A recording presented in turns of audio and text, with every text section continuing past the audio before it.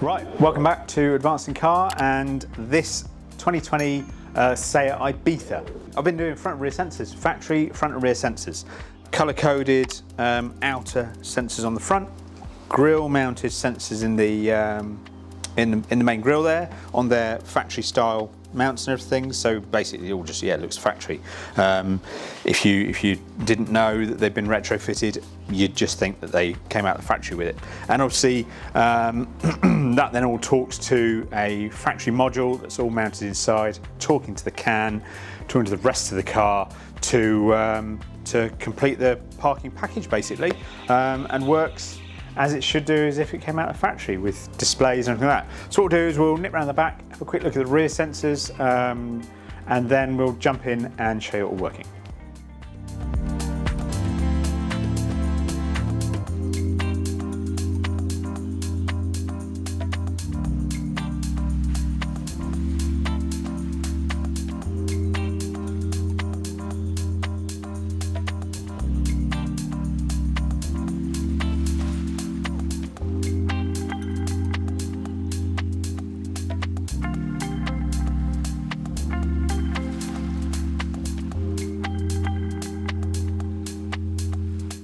Right, eagle-eyed viewers may have noticed at the start of the video when I brought it in and reversed it in, that the rear bumper already had sensors in.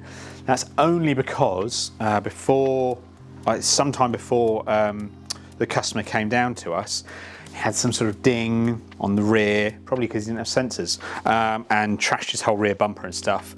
So what he did was he bought himself a second-hand bumper that already had sensors in, but obviously they weren't plugged in or anything like that. But what I did do is I swapped them out for our new sensors, purely because I didn't know if those were going to be working or not, and also you'll see that our sensors here have got the nice little black rubber ring going around, but where the bumper previously had work done to it, they had been sprayed and those little rubber rings had paint on them. Now sometimes I guess that probably looks alright and people aren't that bothered, but obviously that can flake off and not look very tidy as well. So I just went with, we'll chuck in brand new sensors that came with the kit, so we have no issues whatsoever.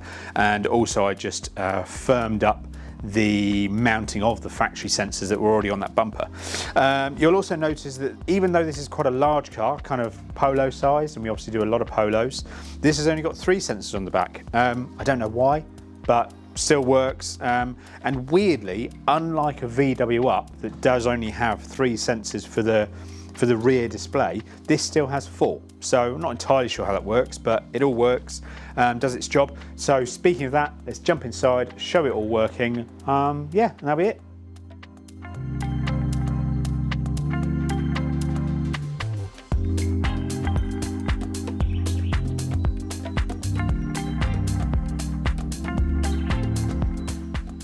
Right, so in the car, engine's running purely so we can turn the wheels so that when I pop it into reverse and we see what is that? That's the trajectory of the car basically. So when I turn the wheels, they turn, and obviously we've now got the front and rear sensors at the back. Now currently I haven't actually got anything back behind us, but actually I could probably back up a little bit. We should see them and hear them coming into play. There we go, so sensors are working. And as I said, even though we've got 3 sensors at the back, we've got 4 sensors displaying. So you can hear them beeping away. Obviously, as we get closer to the object behind us, they'll beep faster until you get about a foot away, at which point you get your solid tone. And then if we pop it into first and roll forwards, obviously we're now on the front sensors. I can drive over to the wall a little bit, and the front sensors then start coming into play, and again on a different tone, so you can tell that it's different sensors, but obviously you can see it visually. So we'll just back up so that's not beeping at us, and obviously because we've got front and rear sensors, you then get a new parking button which is just to the right of the gear stick. So if I then turn those off, you can turn them off manually and you can turn them on manually, but they're also on automatic activation. So if you were pulling forwards into a space, they would come on automatically. But what was I then going to say? Yes, so you don't have to turn them off yourself using the button. What they do is they stay on between reverse and drive, and then as you pull away and get above 10 miles an hour, they'll then automatically turn themselves off.